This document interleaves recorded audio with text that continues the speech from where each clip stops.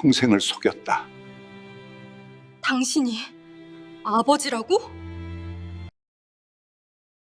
안녕하세요. 문학사연입니다.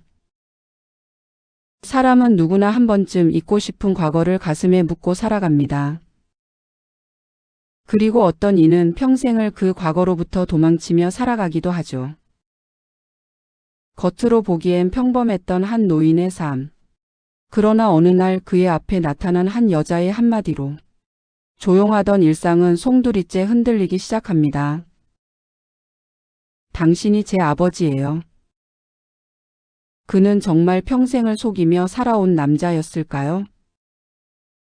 아니면 진실을 숨긴 채 스스로를 벌하며 살아온 사람이었을까요?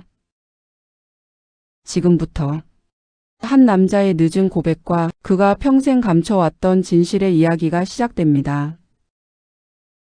그러니까 그날도 별다를 건 없었죠. 늘 그렇듯 난 새벽 5시 반에 눈을 떴고 전기포트에 물을 올려놓고 작은 라디오를 켰습니다. 창문을 여니 눅눅한 공기에 오래된 풀 냄새가 섞여 들어오더군요. 그때 복도 쪽에서 익숙한 발소리가 들렸습니다. 길게 끌리는 발걸음, 잠시 멈췄다가 다시 조심스럽게 이어지는 소리. 장성호 씨였습니다. 성호 씨는 우리 아파트 302호에 사는 사람입니다. 70 중반을 넘긴 나이인데도 새벽마다 동네 산책을 거르지 않는 분이었죠. 구청에서 평생 근무하다 은퇴했다는 소문이 있었고 아내 박미정 여사를 몇 해 전에 먼저 떠나보냈습니다. 자식은 둘인데 명절 아니면 얼굴 볼 일이 없다고 종종 푸념하곤 했습니다. 오늘도 일찍 나오셨네요. 내가 인사를 건네자 그는 잠시 고개를 끄덕였습니다. 몸이 먼저 깨우더군요. 습관이란 게 무섭지요. 늘 그렇듯 말투는 차분했고 웃음은 억지스럽지 않았습니다. 하지만 그의 눈에는 이상하게도 늘 그늘이 져 있었습니다. 마치 아무도 모르게 품고 있는 이야기가 가슴 안쪽에서 오래 식지 않고 남아있는 사람처럼 말입니다. 우리는 종종 같이 버스 정류장까지 걸었습니다. 그는 늘 같은 자리에 멈춰 서서 같은 방향을 바라봤습니다. 손은 주머니 속에서 꼼지락거렸고 입술은 무언가를 삼키듯 오므려졌습니다. 성호 씨 요즘도 잠 잘 못 자요? 잠이야 뭐 늙으면 다 그렇지요. 대답은 늘 그렇게 넘기듯 짧았지만 그 말 끝엔 묘하게 힘이 빠져 있었습니다. 마치 밤마다 떠오르는 누군가의 얼굴이 있는 사람처럼 말이지요. 그와 가장 가까운 사람은 같은 아파트에 사는 최경식 씨였습니다. 동갑내기 친구라며 늘 함께 막걸리를 기울이던 사이였죠. 둘이 앉아 있으면 세상 끝까지 알면서도 아무것도 모르는 사람들처럼 서로를 바라보고 있었습니다. 성호 형은 말이 너무 없어. 속을 모르겠어. 경식 씨는 술만 들어가면 그런 말을 하곤 했습니다. 경로당에 가면 성호 씨는 늘 조용히 한쪽 자리에 앉아 바둑판을 바라보기만 했습니다. 두지 않아도 구경만 해도 하루가 간다며 혼자 허웃곤 했지요. 누군가가 농담을 던지면 어색하게 웃고 괜찮다는 말엔 고개만 끄덕였습니다. 형님은 젊을 때도 조용했수? 누군가 묻자 그는 고개를 숙이며 말했습니다. 그때도 말보다 침묵이 편했죠. 그 침묵 속에는 늘 무언가 눌려있는 기색이 있었습니다. 마치 오래된 죄처럼 오래된 기억처럼 말입니다. 그의 집 문 앞에는 항상 작은 화분 하나가 놓여 있었습니다. 누렇게 바랜 흙 위에 물을 주는 모습은 꼭 무언가를 붙잡으려는 사람 같았습니다. 그런데 이상하게도 그의 집 안에는 늘 불이 켜지지 않는 방 하나가 있다는 걸 우리 모두 알고 있었습니다. 저 방문은 왜 항상 닫혀 있죠?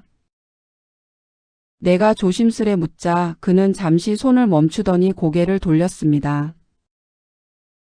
그냥 비워두는 게 좋습니다. 그 순간 무언가 얘기하지 못한 사정이 그 방 안에 고여 있는 느낌이 들었습니다. 그날 모든 것이 어긋나기 시작한 건 동네 카페 앞에서였습니다. 비가 각 그친 뒤였고 젖은 아스팔트에서 올라오는 냄새가 코끝을 스쳤습니다. 그때 검은 커다란 가방을 든 젊은 여자가 성호 씨 앞에 멈춰 섰습니다. 나 또한 몇 걸음 뒤에서 그 광경을 보고 있었지요. 장성호 씨 맞죠? 그녀의 눈빛은 흔들리지 않았고 말투는 또렷했습니다. 전 김지은입니다. 성호 씨의 얼굴이 눈에 띄게 굳어갔습니다. 당신이 제 아버지라고요? 그 말이 공기를 가르자 성호 씨의 손에서 들고 있던 우산이 힘없이 떨어졌습니다. 그 순간 주변의 소리는 모두 멎은 듯 했습니다. 빗물 떨어지는 소리만 바닥을 두드리고 있었고 사람들 발소리도 멀게 느껴졌습니다. 말도 안 되는 소리 마시오. 성호 씨의 목소리는 낮게 떨렸습니다. 난 당신을 몰라요. 지은 씨는 고개를 흔들며 말했습니다. 전 평생 당신 얼굴 하나 기억하고 살았습니다. 그녀의 말 한마디가 복도 안 공기를 얼게 만들었습니다. 그리고 난 그 순간 직감했습니다. 이 조용하던 남자의 삶에 아주 오래 묻혀있던 이야기 하나가 이제야 바깥으로 나올 준비를 하고 있다는 것을. 성호 씨는 한 발 물러섰고 그 등 뒤에서 나는 속으로 중얼거렸습니다. 이 사람 도대체 어떤 인생을 숨기며 살아온 걸까요? 지은이라는 여자는 가방을 고쳐매며 다시 한번 성호 씨를 똑바로 바라봤습니다. 그 눈빛은 원망이라기보다 오래 참고 온 확신에 가까워 보였지요. 성호 씨는 시선을 피한 채 고개를 떨군 채 섰습니다. 여긴 왜 왔소? 그의 말은 낮았고 바람처럼 들렸습니다. 물어볼 게 있어서요. 지은 씨가 짧게 대답했습니다. 왜 사라졌는지요? 그 말에 성호 씨의 손이 미세하게 떨렸습니다. 나는 그 옆에서 아무 말도 못하고 서 있기만 했습니다. 말 사이로 흐르는 공기가 이상하리만큼 무거웠지요. 우리는 셋이 어색한 거리로 자리에 앉았습니다. 커피를 내려놓는 소리만 유난히 크게 들렸고 성호 씨는 끝내 잔에 손도 대지 않았습니다. 그동안 어딜 그렇게 숨었어요? 지은 씨가 다시 물었습니다. 숨은 적 없소. 그러면 왜 나타나지 않았죠? 그는 대답하지 않았습니다. 하지만 그 침묵 속에 무언가가 뒤틀리고 있다는 걸 나는 느끼고 있었습니다. 마치 오래 고여있던 기억이 올라오려 애쓰는 것처럼요. 내 속도 편하지 않았습니다. 늘 성실하다고 믿었던 이 사람이 누군가의 인생에 이런 상처를 남겼다는 사실이 믿기지 않았지요. 하지만 그 떨리는 손을 보고 있자니 그가 단순한 도망자처럼 보이지도 않았습니다. 지은 씨가 돌아간 뒤 성호 씨는 말없이 집 앞에 서 있었습니다. 가로등 불빛이 그의 어깨를 비추고 있었지요. 당신 그 애 말 맞는 거요? 내가 조심스럽게 묻자 그는 고개를 돌리지도 않은 채 말했습니다. 그 애가 나를 아버지라 부르는 순간 난 이미 죄인이요. 그 말이 귓가에 오래 남았습니다. 죄인이라니 이 사람은 도대체 무슨 이야기를 품고 있는 걸까 싶었습니다. 늦은 밤 그는 혼자 거실 소파에 앉아 있었습니다. 텔레비전은 켜진 채로 깜빡이고 있었지만 눈길은 허공에 멈춰 있었지요. 나도 알고 있어. 그가 나지막이 말했습니다. 도망친 사람이 어떤 눈으로 보일지 말이요. 나는 그 말에 고개를 숙일 수밖에 없었습니다. 그 눈빛엔 변명이 아니라 오래 쌓인 후회가 맺혀 있었으니까요. 며칠 뒤 동네 사람들 사이에서도 소문이 퍼지기 시작했습니다. 누군가는 고개를 끄덕였고 누군가는 혀를 찼습니다. 성호 씨는 그 모든 시선을 그대로 견디고 있었지요. 말이 많아졌군요. 내가 말하자 그는 희미하게 웃었습니다. 말은 늘 많았소. 내가 듣지 않으려 했을 뿐이지. 그 말이 이상하게도 가슴에 걸렸습니다. 피하고 있었던 게 세상이었는지 자기 자신이었는지 헷갈릴 만큼 말입니다. 나는 느꼈습니다. 이 조용한 균열이 머지않아 더 큰 파문으로 번질 거라는 걸.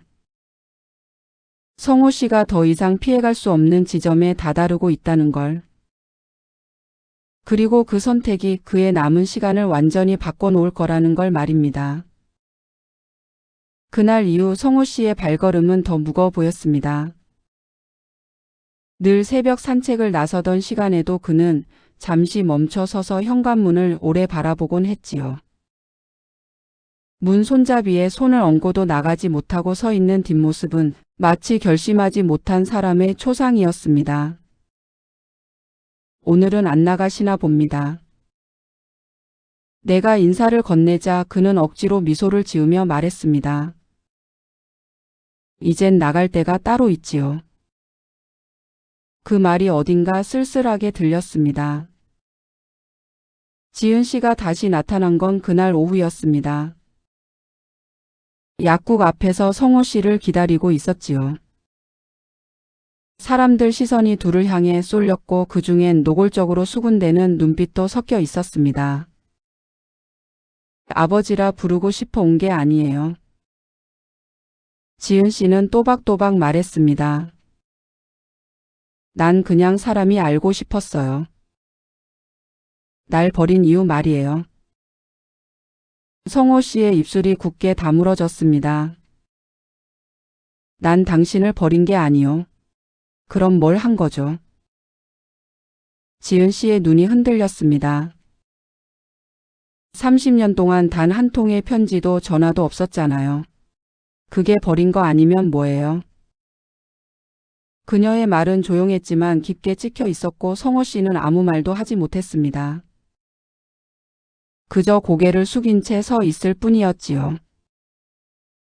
경로당 안 분위기도 바뀌어 있었습니다. 예전처럼 성호 씨를 편하게 부르는 사람은 줄었고 눈치를 보며 말을 거는 이들만 남아 있었습니다. 그 여자 진짜 딸이라면서요? 그러게 그런 사람이었나 싶네. 그 말들이 성호 씨 귓가에 닿지 않았을 리 없지요. 그는 아무런 대응도 하지 않은 채 바둑판만 내려다보고 있었습니다. 바둑알 하나를 들었다 놓기를 반복하고 있었지만 수는 전혀 보지 못하고 있는 눈이었습니다. 형님 뭐라고 한마디는 해야지요. 경식 씨가 낮게 말했습니다. 사람들이 다 쳐다보고 있습니다. 성호 씨는 조용히 대답했습니다. 보고 싶으면 보라지요. 나야 갈 데도 없으니. 그 말 속에는 체념과 자조가 뒤섞여 있었습니다. 그날 밤 나는 그의 집에 들렀습니다. 불을 끄지 않은 채 앉아 있는 그의 모습이 마치 오래된 그림자 같았습니다. 이렇게 당하고만 있을 건 아니지 않소. 내가 말하자 그는 잠시 생각하다가 고개를 흔들었습니다. 난 이미 오래전에 싸움을 끝냈소. 그럼 지금은 뭡니까? 벌을 받는 거지요. 그의 대답은 너무도 담담했습니다. 마치 이 모든 상황이 당연하다는 듯 받아들여야 할 몫이라 여기는 사람처럼 말입니다. 나는 그때 처음 느꼈습니다. 이 갈등이 단지 과거의 문제가 아니라 성호 씨 자신과의 싸움이라는 걸. 그리고 그 싸움이 더 깊은 상처로 이어질 것이라는 불안이 가슴 한켠에 조용히 내려앉기 시작했다는 것을. 그날 밤 빗소리가 유난히 크게 들렸습니다. 어둠이 내려앉은 아파트 입구에 성호 씨가 우산도 없이 서 있더군요. 축축하게 젖은 어깨와 물기 어린 눈동자. 그 모습은 세상이 그를 향해 등을 돌린 것처럼 보였습니다. 왜 이러고 계십니까? 내가 다가가 묻자 그는 천천히 고개를 들었습니다. 비 맞는 게 편할 때도 있어. 그 말이 지나치게 담담해서 오히려 더 아프게 느껴졌습니다. 그때 저편에서 지은 씨가 걸어오고 있었습니다. 검은 우산을 쥔 채 성호 씨를 향해 똑바로 다가왔지요. 피하지 말고 이야기해요. 지은 씨의 목소리는 떨리고 있었지만 단호했습니다. 이렇게 마주 선 김에 다 말해요. 성호 씨는 잠시 아무 말도 하지 못했습니다. 빗소리 사이로 그의 거친 숨이 새어나왔습니다. 난 당신을 속인 적 없소. 그가 어렵게 입을 열었습니다. 하지만 당신이 절 버렸잖아요. 지은 씨의 말에 울분이 실려 있었습니다. 그땐 다른 길이 없었소. 그게 무슨 뜻이죠? 나한테 선택권도 없었어요. 그녀의 눈이 눈물로 차올랐고 그 눈을 마주한 성호 씨는 차마 고개를 들지 못했습니다. 비를 피해 서 있던 이웃들의 시선이 둘에게 쏠려 있었습니다. 누군가는 걱정스러운 얼굴이었고 누군가는 판단하는 눈이었습니다. 저 양반 저런 사람인 줄 몰랐네. 그래도 딸이 불쌍하지. 그 속삭임이 비보다 더 차갑게 느껴졌습니다. 성호 씨는 그것을 모른 척하지 않았습니다. 다 듣고 있다는 듯 눈을 감고 서 있을 뿐이었죠. 말해주세요. 지은 씨가 다시 말했습니다. 대체 왜 그랬는지. 그 한마디에 성호 씨의 입가가 미세하게 떨렸습니다. 그때 그는 끝내 말을 잇지 못했습니다. 그저 고개를 숙이고 한숨을 내쉬었지요. 지금도 말 안 하면 전 평생 당신을 미워하고 살아야 해요. 지은 씨의 말이 공중에 멈춰 섰습니다. 그 순간 성호 씨의 손이 무릎 위에서 꼭 쥐어졌습니다. 미워해도 좋소. 그가 낮게 말했습니다. 그게 당신이 편한 길이라면. 그 말은 선택이 아니라 포기처럼 들렸습니다. 나는 그 장면을 보며 느꼈습니다. 이제 이 갈등은 피할 수 없는 지점에 이르렀다는 걸. 성호 씨가 더 이상 물러설 곳이 없다는 걸. 그날 비처럼 쏟아진 말들은 그를 더욱 고립시켰고 지은 씨의 눈물은 그 고요한 밤을 갈라놓았습니다.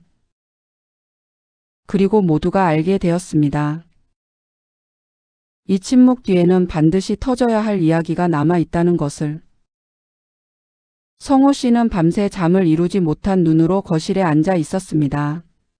커튼 사이로 새벽빛이 흐릿하게 스며들고 있었고 벽시계 초침 소리만 방 안을 채우고 있었지요. 그는 한참 동안 아무것도 하지 않은 채 그저 손등을 내려다보고 있었습니다. 이제 와서 말한다고 달라질까?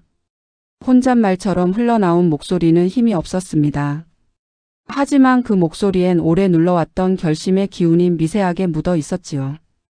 그때 탁자 위에 놓인 오래된 사진 한 장이 눈에 들어왔습니다. 젊은 시절의 자신 그리고 흐릿하게 잘려나간 누군가의 얼굴. 그는 사진을 천천히 집어들었습니다. 그래도 피할 수만은 없겠지. 그날 오후 성호 씨는 지은 씨에게 먼저 연락을 했습니다. 짧은 문자 한 통이었지요. 잠깐 얘기합시다. 공원 벤치에 마주 앉은 두 사람 사이로 늦봄 바람이 조용히 스쳐 지나갔습니다. 지은 씨는 경계심 어린 눈으로 성호 씨를 바라보고 있었지요. 왜 부르셨어요? 성호 씨는 고개를 숙인 채 입을 열었습니다. 말하지 않으면 평생 나도 당신도 이대로 남을 것 같아서. 그 말에는 처음으로 피하지 않겠다는 의지가 담겨 있었습니다. 난 도망친 사람이요. 그가 조용히 말했습니다. 하지만 그 도망이 당신을 버리기 위한 건 아니었소. 지은 씨의 눈이 조금 흔들렸습니다. 그럼 왜 그랬어요? 성호 씨는 한참을 망설이다가 말했습니다. 그땐 나도 사람답게 살 자신이 없었소. 그 말은 자책이었고 인정이었으며 고백이기도 했습니다. 그럼 난요? 난 뭐였는데요? 지은 씨의 목소리가 떨렸습니다. 성호 씨는 고개를 들어 처음으로 그녀의 눈을 똑바로 바라봤습니다. 미안한 마음으로도 안 되는 사람이 있었소. 그 말 끝에 그의 눈에도 작은 물기가 맺혀 있었습니다. 그 순간 나는 알 수 있었습니다. 성호 씨가 이제야 비로소 자신의 과거 앞에 서고 있다는 것을. 하지만 이 고백만으로 모든 게 풀릴 수 있는 건 아니라는 것도요. 선택은 이미 시작되었고 그 선택이 어떤 결말을 향할지는 아직 아무도 알지 못하고 있었습니다. 새벽 공기가 아직 식지 않은 골목을 스치고 있을 때 성호 씨는 천천히 외출 준비를 하고 있었습니다. 거울 앞에 선 그는 오래 사용한 빗을 손에 쥐고 머리를 곱게 넘겼습니다. 평소엔 대충 눌러 쓰던 모자도 그날만큼은 쓰지 않았지요. 오늘은 좀 단정하셨네요. 내가 말하자 그는 작은 미소를 지었습니다. 적어도 부끄럽진 않게 가야지요. 그의 눈빛엔 결심이 담겨 있었습니다. 도망치던 사람의 눈이 아니라 마주하려는 사람의 눈이었지요. 우리는 함께 동사무소로 향했습니다. 성호 씨가 이곳을 찾은 이유는 분명했습니다. 오래 묻어두었던 사실관계를 확인하기 위해서였지요. 주민등록 창구 앞에 선 그의 손이 살짝 떨리고 있었습니다. 기록 열람 좀 하고 싶습니다. 직원의 안내를 받으며 그는 서류를 하나하나 넘겼습니다. 손끝이 몇 번이고 멈췄고 눈은 오래된 날짜에 고정돼 있었습니다. 그 안엔 과거의 흔적이 조용히 남아 있었지요. 여기. 그가 낮게 중얼거렸습니다. 그 순간 나는 느꼈습니다. 그가 확인하고 있는 건 단순한 기록이 아니라 스스로의 삶이라는 걸 말입니다. 그 뒤로 성호 씨는 나와 함께 동네 작은 병원을 찾았습니다. 지은 씨 어머니의 이름이 적힌 오래된 진료 기록을 확인하기 위해서였지요. 희미한 소독약 냄새와 차가운 형광등 불빛 아래 성호 씨는 길게 숨을 내쉬었습니다. 그 여자는 나를 붙잡고 싶어 했지. 그가 조심스럽게 말을 꺼냈습니다. 하지만 그 애를 위해서라기보단 자기 인생을 붙들기 위해서였던 것 같소. 그 말에는 원망보다는 이해에 가까운 감정이 담겨 있었지요.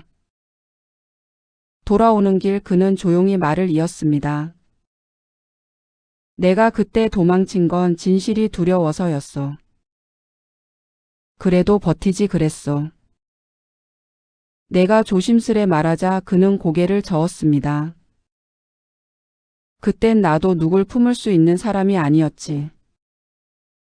그 한마디에 오랜 세월이 묻어 있었습니다. 그날 이후 성호 씨의 걸음은 조금 달라졌습니다. 여전히 느렸지만 방향이 분명해졌다고 할까요? 그는 이제 과거를 외면하는 게 아니라 직접 찾아가고 있었습니다. 그리고 나는 느끼고 있었습니다. 이 행동이 결국 더 깊은 진실로 이어질 것이라는 걸. 그 진실이 그를 무너뜨릴지 아니면 다시 세워줄지는 아직 알 수 없었습니다.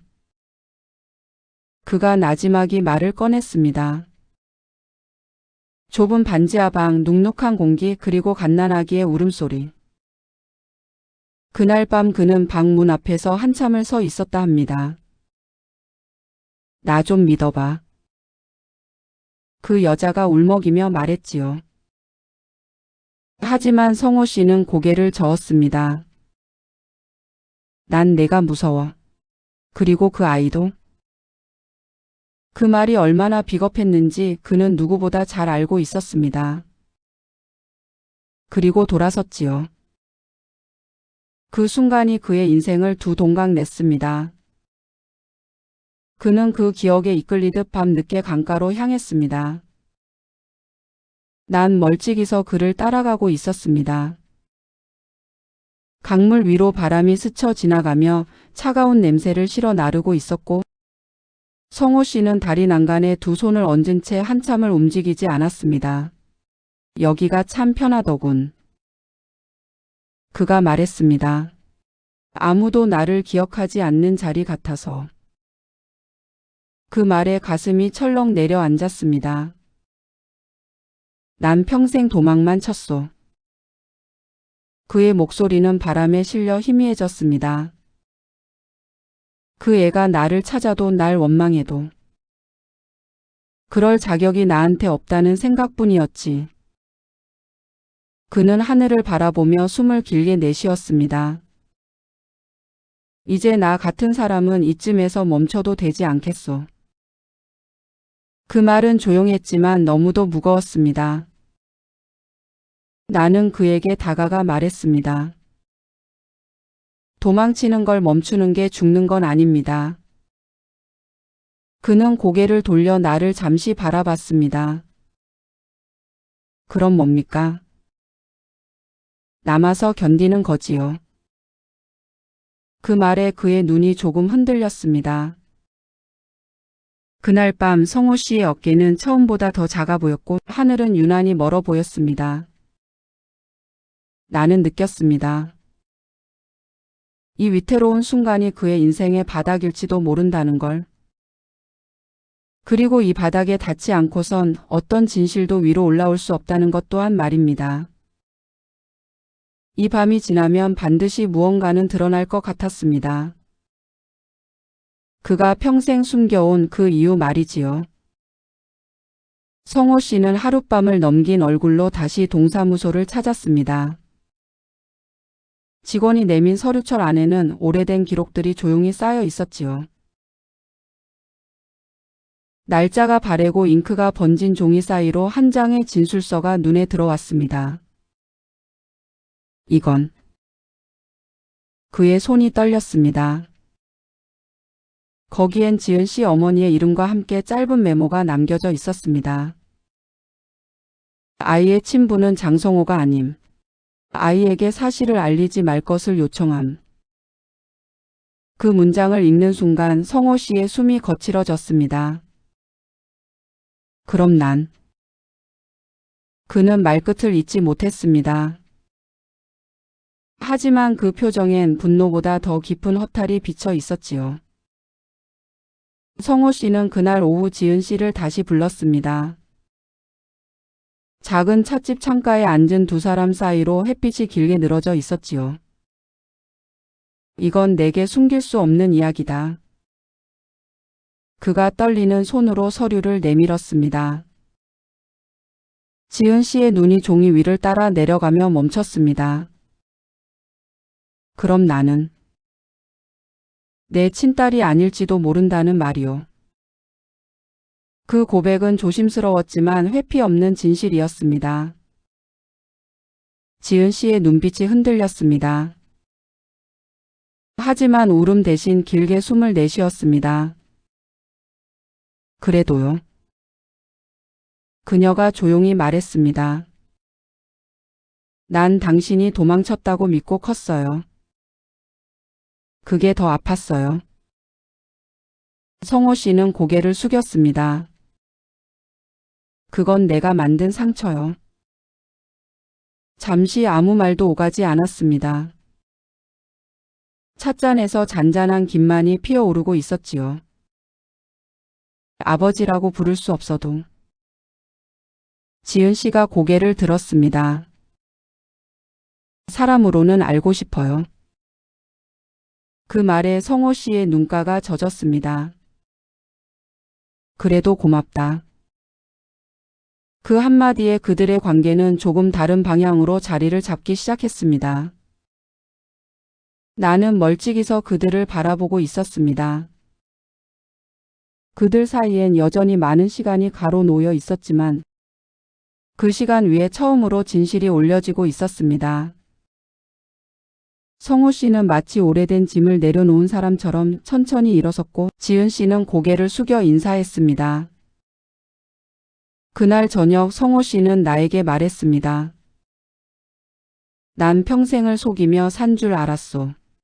하지만 돌이켜보니 난 스스로를 벌하며 살았을 뿐이었지. 그 말 뒤엔 묘한 평온이 묻어 있었습니다. 이제야 조금 숨을 쉬겠구먼. 그의 눈에는 처음으로 짙은 어둠 대신 잔잔한 빛이 자리 잡고 있었습니다.